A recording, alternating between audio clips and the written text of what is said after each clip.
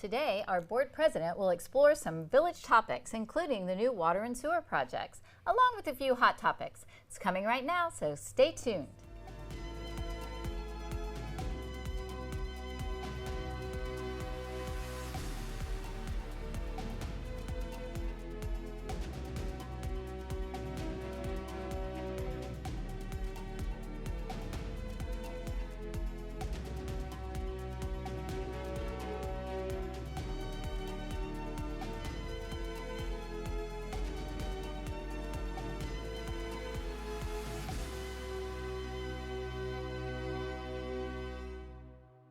Welcome to the Tellico Village Quarterly POA Board Update. I'm Carla Johnson, and I'm here with Board President Bob Brunetti to talk about a few village topics from the third quarter of this year. Welcome, Bob, and thank you for joining us today. Thank you for having me, Carla. It's a pleasure to be here. All right, so the biggest thing, due to interest among property owners in Tellico Village and the fact that it will impact all of us, a great place to start today's update is to talk about the proposed water and sewer plan, known as the Tellico Action Plan, or TAP for short. This plan includes 5 projects. The 2 we're going to discuss with Bob today are the elevated water tower and a wastewater storage tank at the main pump station. These are the largest projects in the plan, so that's why we're focusing on them today. So Bob, please share with our viewers some insight from the board's perspective about the elevated water tower and why it's needed. Okay. Well, the first thing, we do have an elevated, we have a water tower presently. It's a 30-year-old plus water tower. It's located up by the Wellness Center. If you're going up the road to the Wellness Center, look to your left and you'll see it. It's a large green tank. It leaks, it's old, it cannot be repaired. So what we're basically doing is replacing that tower with a new modern elevated tower, water tower, which will help the village with water pressure. That's the main issue, is water pressure in the village. Okay.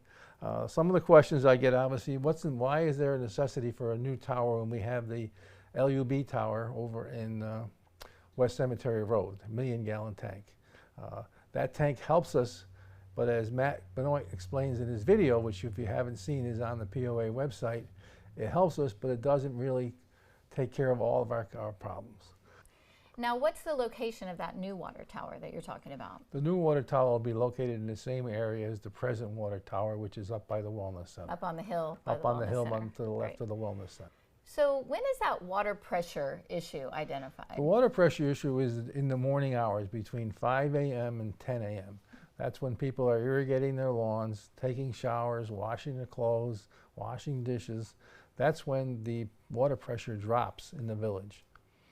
So the new water tower will ensure adequate water pressure. The new water tower will help with that pressure, especially in the higher elevations of the village, where the main problem is. Down by the water, down by the lake, there isn't that problem, but in the higher elevations, there's definitely a pressure problem. Okay, so it's my understanding that LUB already has a 1 million gallon tower. Yeah. Doesn't that supply our needs?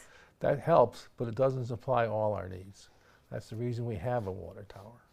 So is the growth in the village affecting that, or what's really affecting that? Yes, a lot of people ask, well, why is it necessary for a new tower when the LUB has this tower? Well, since January of 2020, we have built an additional 1,200 homes, wow, which has put a lot of pressure on the system, and we have potentially another 800 to 1,000 homes because there are that many empty lots. So the LUB tower is nice to have, but it doesn't solve our problems. So you were talking about low water pressure in the higher elevations of the village. I've heard stories of it taking 15 minutes for some property owners to fill their coffee pots in the morning. Does that mean there's not enough water in our storage tank? There's not enough, there is water, but there isn't water pressure. That's why an elevated tank helps over a ground level tank, which we have now, because obviously the water's up in the air, it comes down and faster and harder and the pressure increases. So gravity is on our side. Gravity's on our side with an elevated tank. And we certainly need our fire department to have enough water pressure for fighting fires in the village. Does that help with that as well? Yes. Having additional pressure for the fire hydrants is obviously a necessity to fight a fire in the village. And actually, the fire chief would like to add another 15 hydrants. Oh, wow. That was discussed at the last board meeting in August. Obviously, if we do that, well, obviously we need increased pressure to make sure that the fire hydrants have enough water to protect the village. We don't want to them to hook up their hose and take 15 minutes to fill up a coffee pot, right? That's correct. All right. And tell me what's the estimated cost for the water tower? The estimated cost of the tower is $8 million. That's what the Jacobs study has indicated. Now, I need to be clear, the $8 million is an estimate, which includes a 10% contingency. So once the final design is completed, then they will go out for bids on the tower, and Jacobs has included a 10% contingency in the event there's extra costs, increased costs of materials, supplies, etc. Once we get the actual bids, and under our rules we need to get 3 bids, then we will decide on the correct bid and we'll know the actual cost at that time. So we have built in a contingency into these estimates. And that contingency covers inflation between now and when we start the project? It basically covers inflation, and it covers the increased costs of material. A simple example of the need for the new water tank is like the roof on your home. Most roofs on houses last 30 years. We have a water tank that has lasted 30 years. So we are simply replacing a 30-year-old water tank with a new water tank, just like you would replace your roof when it worn out after 30 years. Right, and it'll serve us well for... And hopefully it'll serve us well long past our time here. For a long time to come. A detailed presentation of the need for an elevated water storage tank can be found in a video by TV POA Public Works Director Matt Benoit. It is available in the video library on the POA website at tellicovillagepoa.org/tap. And Bob, while we work toward a more permanent solution for water pressure in the village, there is something our viewers can do to help. Please visit the POA website for the recommended irrigation schedule. The schedule was also included in the September 10th issue of the Telegram. If you need help programming your system, please contact your irrigation service provider, or maybe even a neighbor can help. Another project in the plan is to provide a solution to issues with the sewer system in the village, a topic nobody really likes to talk about, but we definitely want to be working properly. So a topic I had never even heard about until recently is influx and infiltration. What does this mean? Influx and infiltration is water getting into our sewer system, groundwater, rainwater, getting into the system, which has to be pumped out through the tank into the system itself. And on days we have heavy rains, the 2 inches in half an hour, it overwhelms the system, and it overwhelms the ability of the village to pump it out to Loudon.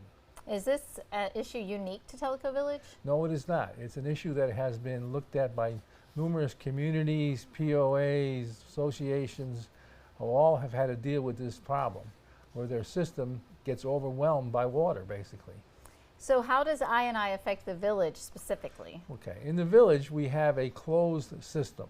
That is, it's a closed pressurized system. It's not a gravity system like you would see in cities and towns where you'd see manholes in the streets. That's a gravity system. We're a closed system. So what happens is the water gets into the system, it's then pumped to the main lift station, and the main lift station can't handle it. It's overwhelmed. So what happens, sometimes you see during a big rain event, you see water just kind of running on top of the ground. What causes that to happen? Well, that's part of the problem. The wastewater system, or the sewage system, it's a pretty complex topic, because there are a number of things that we have that need to be addressed. First, the tanks themselves. Everybody has their own tank. The first concern is that the tanks are in a low spot in the yard. Everybody says, well, just move the tanks. Well, you simply can't do that. The reason they're in a low spot is everything coming out of the house is by gravity. So by design, the tank has to be at least 2 feet below the grade of the house. So it's in a low spot. So isn't it the job of the main lift station to direct this wastewater away from the village and into the Loudoun County system? Yes, in the main part of the village there are 5 lift stations. There are 2, I guess would be east of the main lift station, and 2 west of the main lift station. The main lift station is located at the bottom of Sequoia Road by the Yacht Club. Mm-hmm. If you're coming down from the Yacht Club, look to your left. When you get to the intersection, there's a little road you see. That's where the main lift station is. From there, the main lift station pumps the water, the wastewater, 5 miles to where it connects with the Loudon system. Now that 5 miles of pipe is owned by Tellico Village. That was the deal that was made with Cooper and Loudoun County back when. Ours is a 12-inch pipe which goes into an 8-inch pipe that Loudoun owns. So sometimes if our flow is very high, it slows the flow down because Loudoun County can't handle it either. Loudoun County is also having the same problem because it doesn't just rain in Tellico Village. It rains throughout Loudoun County, and Loudoun County's plant or water treatment plant gets overwhelmed by the wastewater coming in from all of Loudoun County. So at that point in time, what they can do is they can slow the flow from Tellico Village. Tellico Village represents about 10 to 12% of the amount of wastewater that goes to the Loudoun County facility. So there's a valve somewhere along the line where they can either slow down or shut off the wastewater system from Tellico Village until their main plant catches up with the whole county system. Is there a risk to us in that case? Well, there's a risk in that if they shut it off, it'll back up. Or they slow it down, it can back up. And if it backs up to the main lift station, we have no place for it to go. That's one reason for the storage tank, so that we can, according to the engineers, a 50,000 gallon tank is large enough to cover any problems that we may have. So it can be stored in that tank until Loudoun County's system has caught up and they can accept the wastewater from Tellico Village. So I'm intrigued by this 12-inch pipe. So tell me about the flow from there. What kind of volume are we sending to Loudoun County? In a dry weather system or dry weather event, we pump out 260 gallons per minute to Loudoun. In a wet weather system, the amount coming into the tanks, into the main lift station, is 1,260 gallons a minute.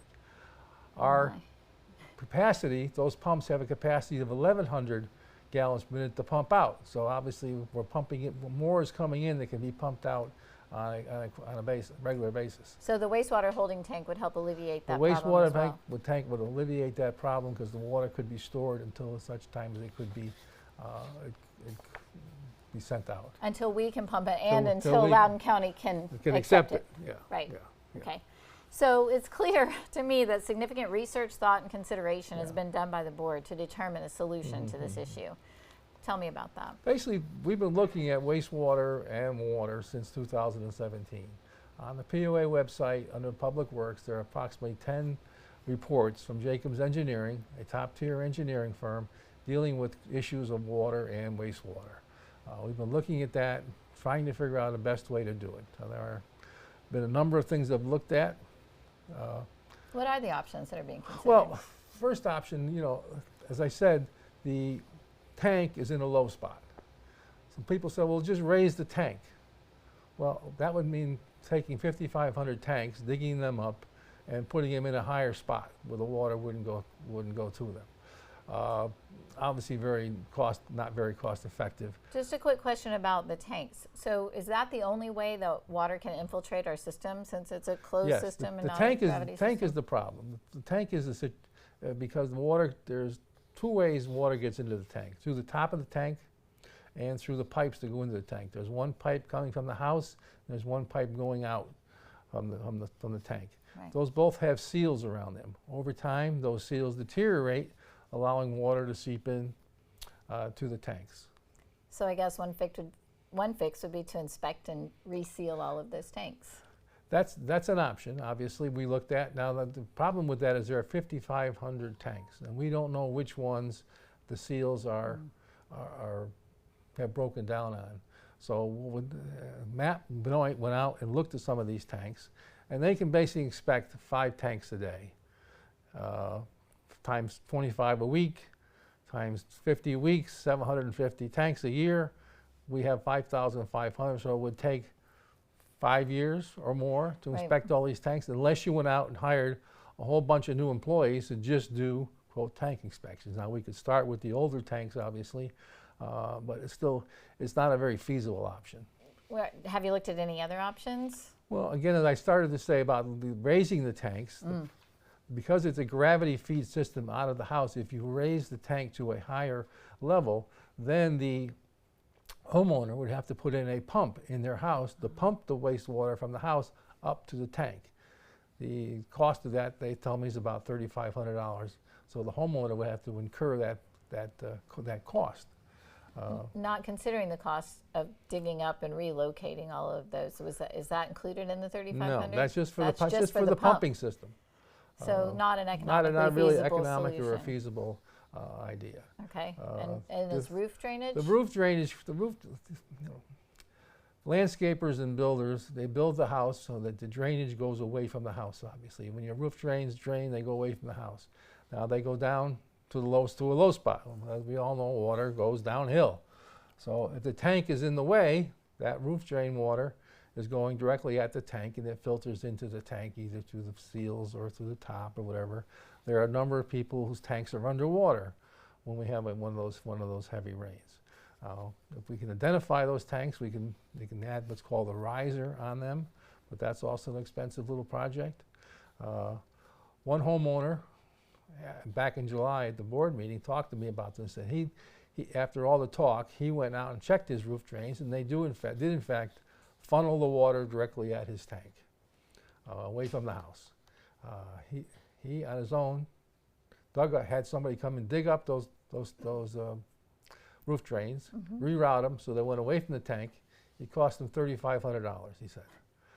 So that's the cost to the homeowner. If the homeowner can identify that problem, again, it's the homeowner's responsibility to fix it, not the POA's. So what's the determined course of action for Tellico Well, Village? the determined course of action is that, I&I, or influx and infiltration. If you want to read about it some night, if you're bored, go on your Google I&I and you'll find hundreds and hundreds of articles about I&I and how it works, and what solutions there are. I've read more than I care to count. The most common theme is I&I can be reduced by changing roof drains, adding risers to tanks, resealing, doing different things. It can never be eliminated. That's the conclusion of all these articles. And the main remedy or solution is a wastewater holding tank that cities, towns, POAs, et cetera, have in fact put in these wastewater sewer tanks because they're the most common solution. In fact, Rarity Bay has 5 of these tanks throughout the property. So, we talked earlier about a video that Matt Benoit has on the website about the elevated water storage. He also has one about the wastewater holding tank, right? Yes, he does. There are 4 videos dealing with the projects that were part of the TAP program, and each of those explains the need for and the solution to each of these situations. Great, and our viewers can find that on the POA website under Water and Sewer, and then the TAP plan. Yes, I think there are even banners on the first page of the POA website, which direct you to these videos. Great, and they really, really are worthwhile. I watched them the other day, and he does a very thorough job of explaining these projects and why they're needed and how they'll help. So I would encourage everyone to watch them. So here we are. What are next steps? Well, the next steps are this. The final engineering plan is due September 30th, October 1st for the water tower and for the sewage tank. Once the engineering plans are received by the PSAC committee, Public Service Advisory Committee, they will then review the plans, sit down with Jacobs, ask questions, maybe make changes until they finally decide on a final plan.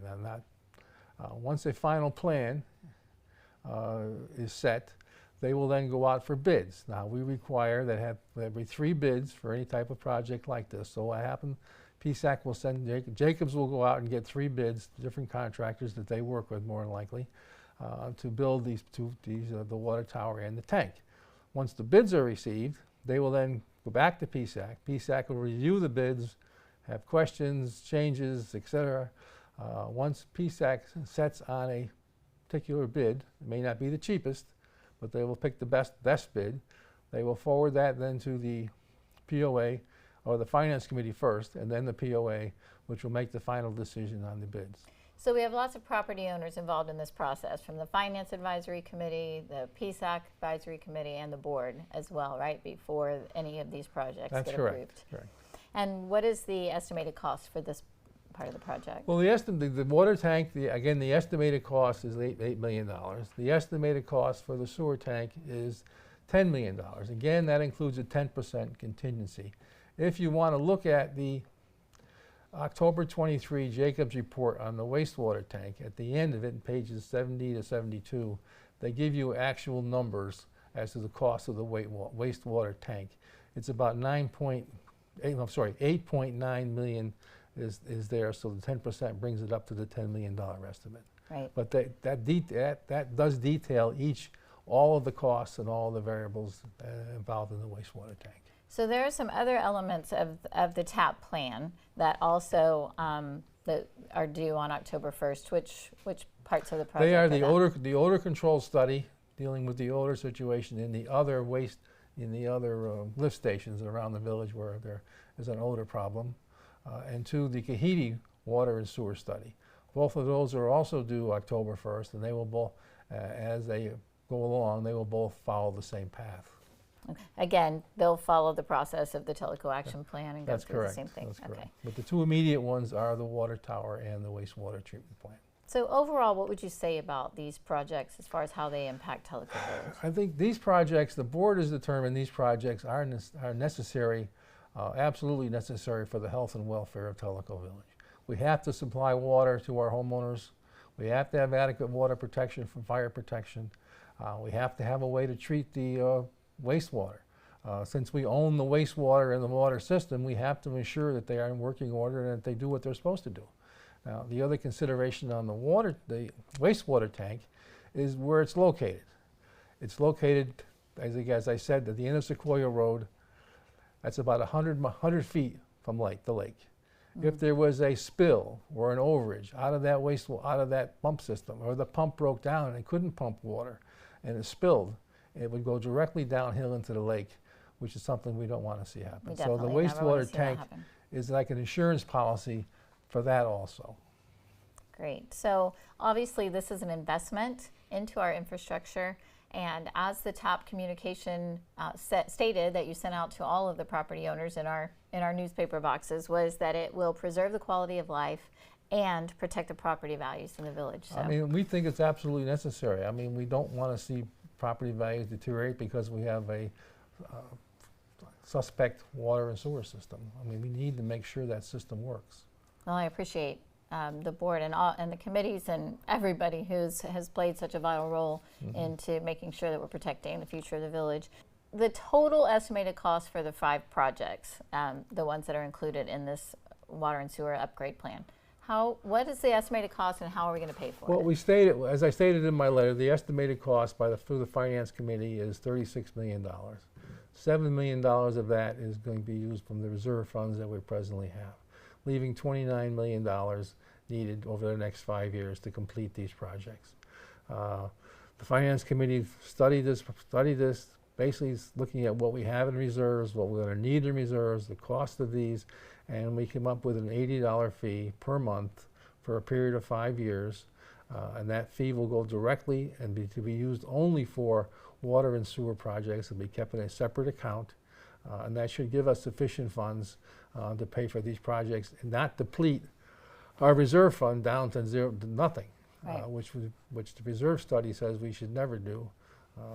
You may recall back in 2019, at the end of the Tokwa and Kahidi property bills, we had $1.8 million in reserves after 35 years of the village. Now we have, not counting the insurance money for Tanasi, approximately $18.5 million that we built over the last 5 years. So we definitely don't want to go down, and they don't recommend we go below $10 million in the reserves. So that we always should have $10 million on hand in case of some sort of natural disaster of some sort. Right. And that's the diligence of the board and the Finance Advisory Committee and honestly all the property owners for for taking care of the finances of the village and keeping us in good financial health. Yes, I know that we all know there's a lot of angst among the property owners about this money and about the fees and about the costs. But the board is dedicated to making sure that we do what's necessary to maintain the village and the wonderful lifestyle we have here. Thank you, Bob. I really appreciate that detailed description of what's going on with our water and sewer projects, and we'll continue to follow these projects as they evolve and keep our viewers updated. While the water and sewer issue is top of mind, there are still a few other hot topics for this quarter. Let's do a quick rundown. The Tanasi Clubhouse rebuild. The process continues. What's the latest development? Okay, we have received 3 bids from 3 different contractors. We have narrowed that down to 2 contractors. We are in the process of negotiating with those 2 contractors, along with the architect, to bring the project into the area we want to get to, or the amount we want to get to, so that we can actually go to contract. This process is going well. We should have something very positive to say in the very near future. The Tanasi Rebuild Committee, which is made up of staff and a number of homeowners, is actively working with the 2 contractors to come up with a final plan, something that we can be submitted to the board for a final contract. We're all looking forward to getting that project underway. Okay. I know you guys are too. Another topic is dignity and respect for all villagers. There was an article in a recent issue of The Connection in which villagers were encouraged to treat people with dignity and respect, even when they don't share the same views or opinions. We've had a couple of incidents where villagers have mistreated POA employees or volunteers, and our CEO, Chet Pillsbury, was compelled to intervene. It is likely that these were just isolated incidents, but what are your thoughts? Well, we're in a very contentious time. There's a lot of contention in the country concerning different opinions, different ideas. Tellico Village is no different than the rest of the country. We have almost 11,000 people here in the village who have obviously different positions on a lot of issues. We're simply asking people to respect the other people's positions and interests and act accordingly and treat them like you would like to be treated. And it's interesting because we should remember that our diversity of thought is one of the things that makes the village a unique and interesting place to live. Yes, Tellico Village is like every place else. We have 11,000 people here who come from all over the country who have different political views and ideas about numerous things.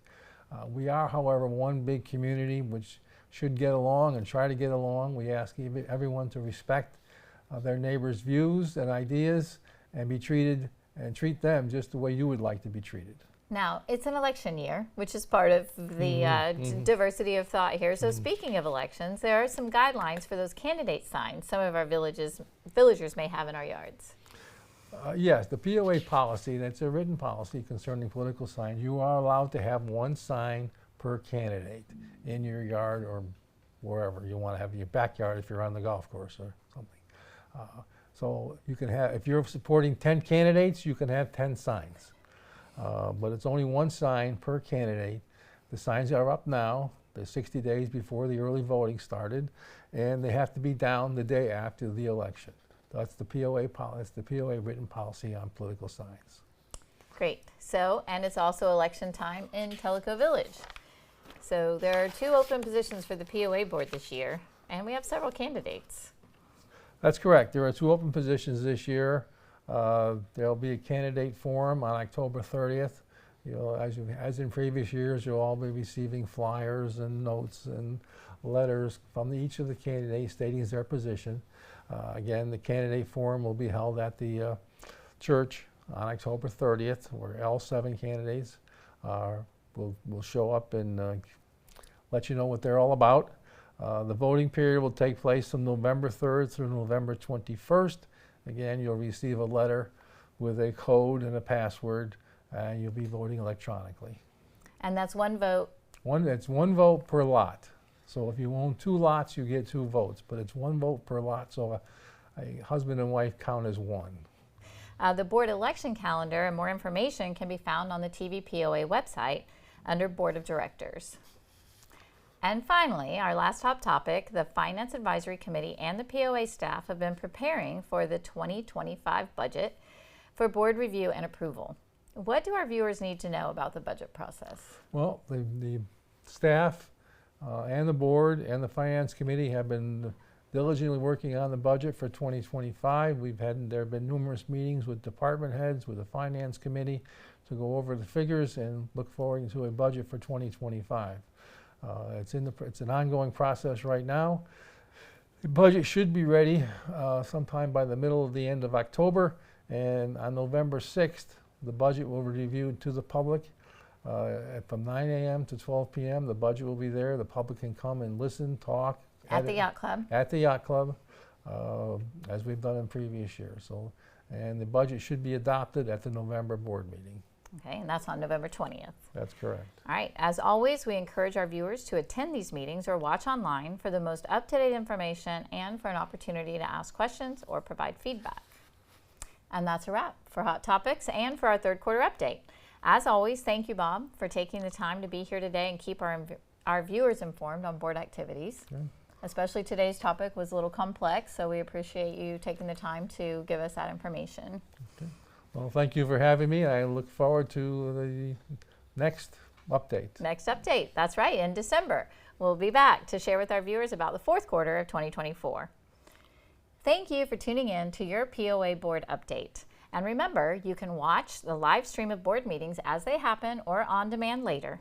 Just visit the TVN YouTube channel under Live, and there you will find videos of past board and town hall meetings.